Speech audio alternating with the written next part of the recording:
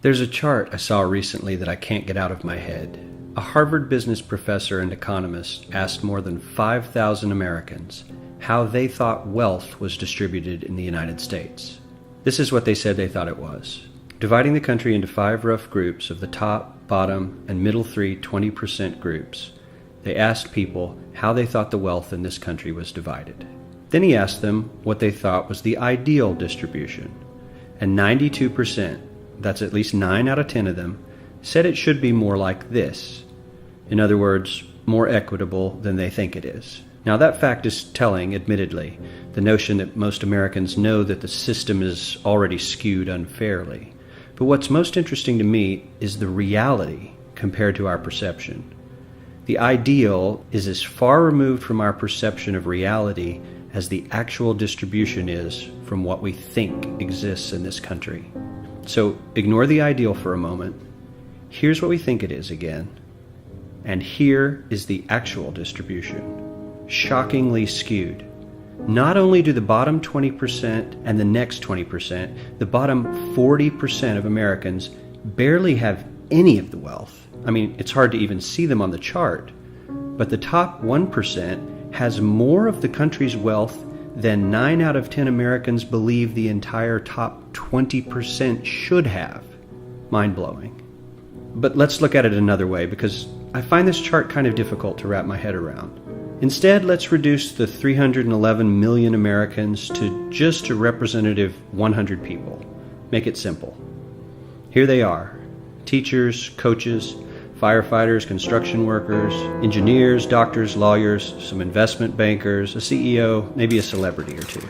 Now let's line them up according to their wealth. Poorest people on the left, wealthiest on the right, just a steady row of folks based on their net worth. We'll color code them like we did before based on which 20% quintile they fall into. Now let's reduce the total wealth of the United States, which was roughly $54 trillion in 2009, to this symbolic pile of cash. And let's distribute it among our 100 Americans. Well, here's socialism, all the wealth of the country distributed equally. We all know that won't work. We need to encourage people to work and work hard to achieve that good old American dream and keep our country moving forward. So, here's that ideal we asked everyone about. Something like this curve. This isn't too bad. We've got some incentive, as the wealthiest folks are now about 10 to 20 times better off than the poorest Americans. But hey, even the poor folks aren't actually poor, since the poverty line has stayed almost entirely off the chart.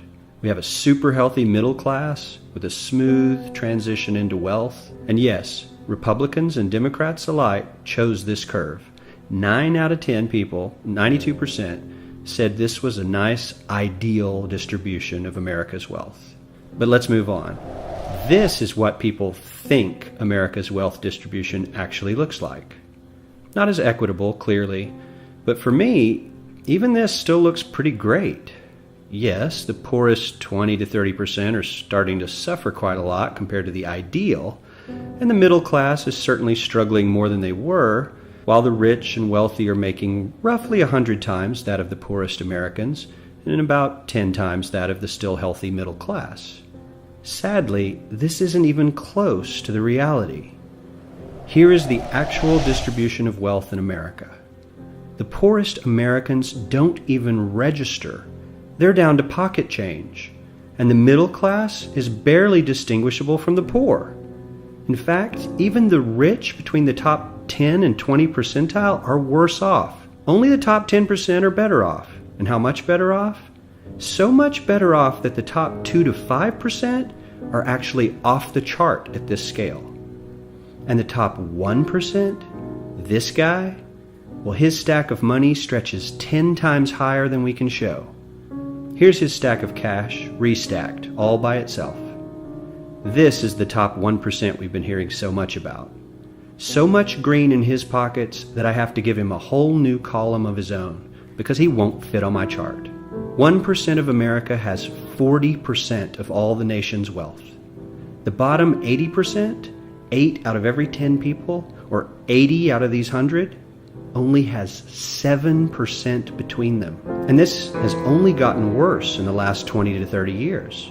While the richest 1% take home almost a quarter of the national income today, in 1976 they took home only 9%, meaning their share of income has nearly tripled in the last 30 years. The top 1% own half the country's stocks, bonds, and mutual funds. The bottom 50% of Americans own only 0.5% of these investments, which means they aren't investing. They're just scraping by. I'm sure many of these wealthy people have worked very hard for their money, but do you really believe that the CEO is working 380 times harder than his average employee? Not his lowest paid employee, not the janitor, but the average earner in his company. The average worker needs to work more than a month to earn what the CEO makes in 1 hour. We certainly don't have to go all the way to socialism to find something that is fair for hardworking Americans. We don't even have to achieve what most of us consider might be ideal. All we need to do is wake up and realize that the reality in this country is not at all what we think it is.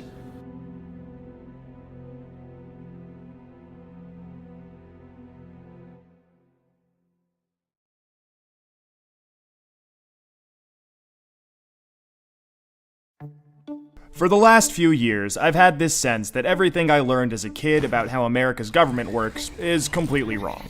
But I had no idea how bad things actually were until I saw this one graph. Researchers at Princeton University looked at more than 20 years worth of data to answer a pretty simple question. Does the government represent the people? Now, this is what they found. This axis here represents public support for any given idea. On the left at 0% are ideas that not a single American wants. On the right at 100% are ideas that everyone supports.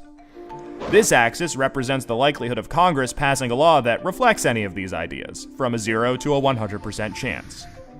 On this graph, an ideal republic would look like this. If 50% of the public supports an idea, there's a 50% chance of it becoming law.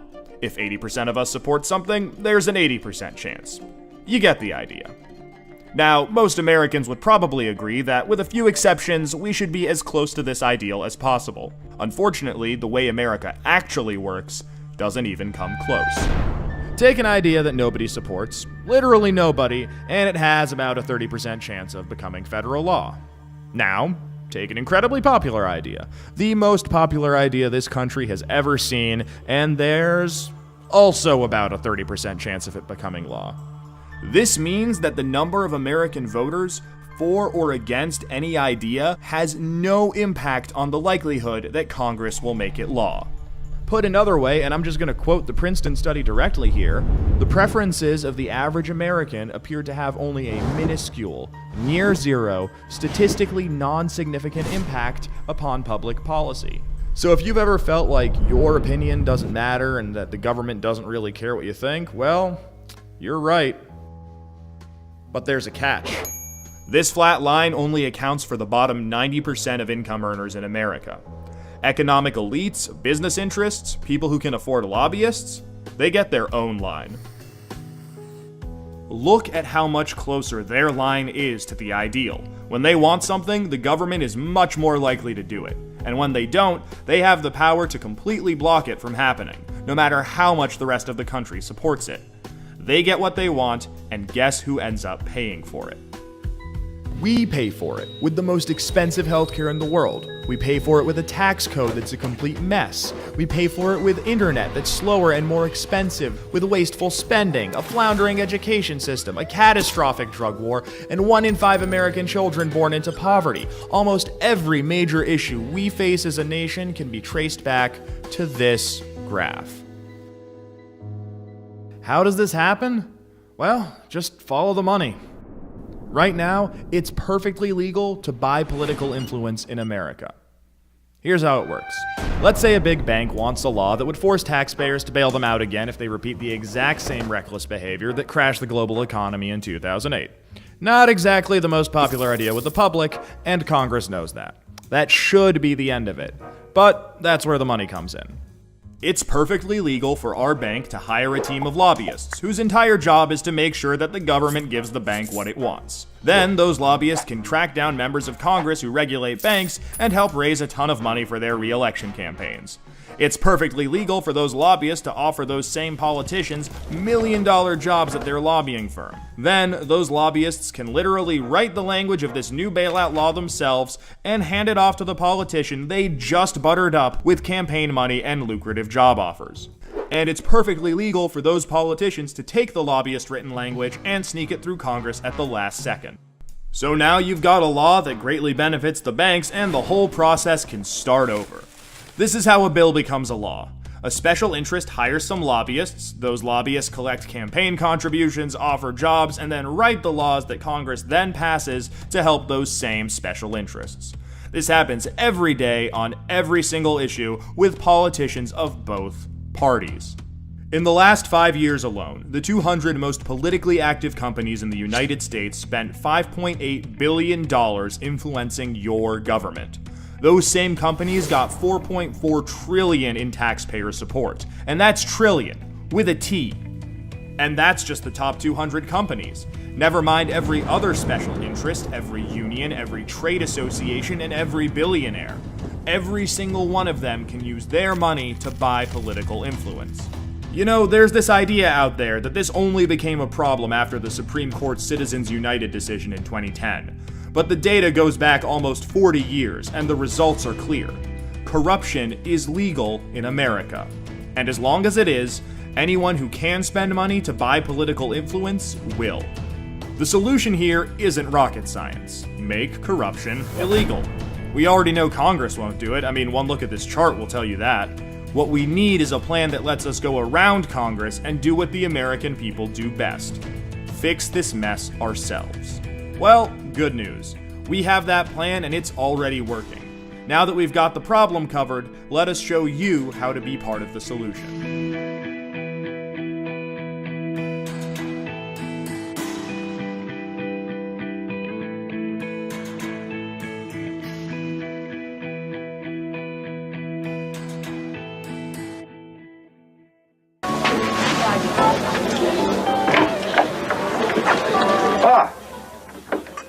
Oh, I am delighted to see you again. How have you been?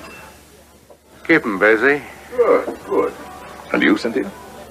Oh, I'm great. I'm sorry about these surroundings, but we weren't expecting more company. Is there anything I can do to make you more comfortable? How about a car to the airport? The transportation will be taken care of later. You use the looker device to put the girls in a trance, and then you kill them. The surgical approach was a mistake. It always was clumsy. You see, the 3 dead girls and Cynthia here were walking examples of our computer research. They were the measurements, the database. And it's corporate policy to shred all old documents to keep it out of the hands of competition. You don't need people anymore. You use computers to create perfect commercial images. You killed 3 people. We're not just selling soap here, Doctor. The stakes are much higher than that. Think of all the trouble we're in today and what's behind it. Governments, politicians, not business. Multinationals want peace and stability throughout the world, but the governments are recklessly out of control. Now, somebody has to see that our future is secured. I have a looker gun. We'll get it back. I gave it to the police. You mean Lieutenant Masters? Yes, he's downstairs right now. He's a very ambitious young man, isn't he? Yes, the police are doing their job. They're putting the pieces together. You did surgery on 3 dead girls. And incriminating evidence links you to 2 of them. After the death of the 4th, I doubt very much whether your own suicide will cause much surprise, do you? Makes perfect sense when you think about it. Now, if you'll excuse me, I have to get back to the next president of the United States. I hope you enjoy that wine. Goodbye.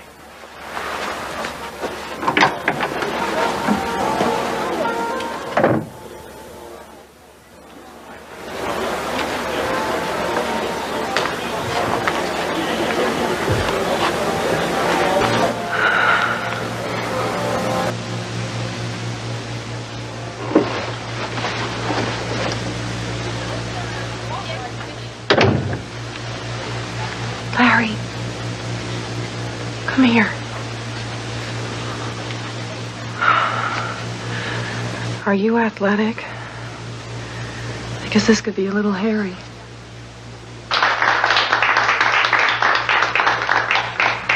It's a pleasure to be here at the home of my good friend, John Reston, President and Chairman of Reston Industries Worldwide. John Reston is also managing the commercials for my presidential campaign. He seems to think he can make me more compelling than I am in real life. And I welcome any and all improvements. Because my real interests, I think all of you share.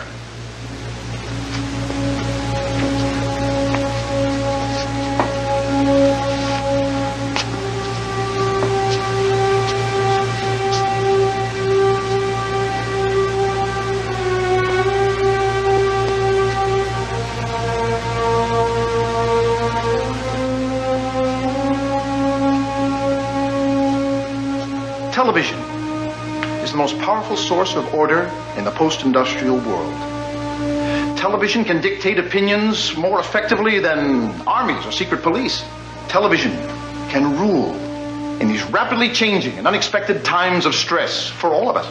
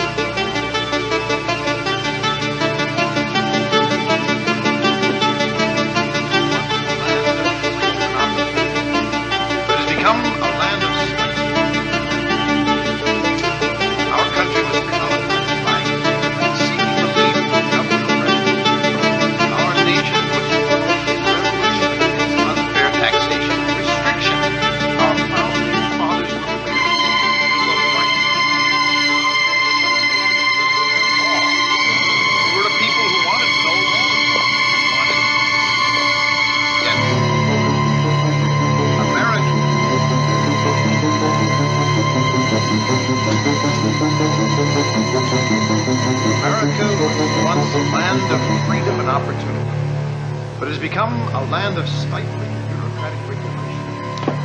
Our country was colonized by seeking relief from government oppression.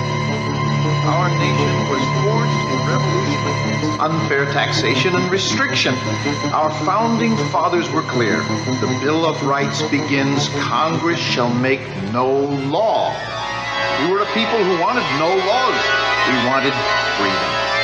Yet, 200 years later, American government regulates every aspect of life. What you eat and drink, what clothes you wear, how you build your house, how you work, who you hire or fire, how fast you drive, what medicines you take, what your children are taught. We are no longer a free people. We are bound by thousands of rules and regulations, all supposedly for our benefit. But our food is full of hormones and additives. Our water and air is polluted. We can never be sure of what we will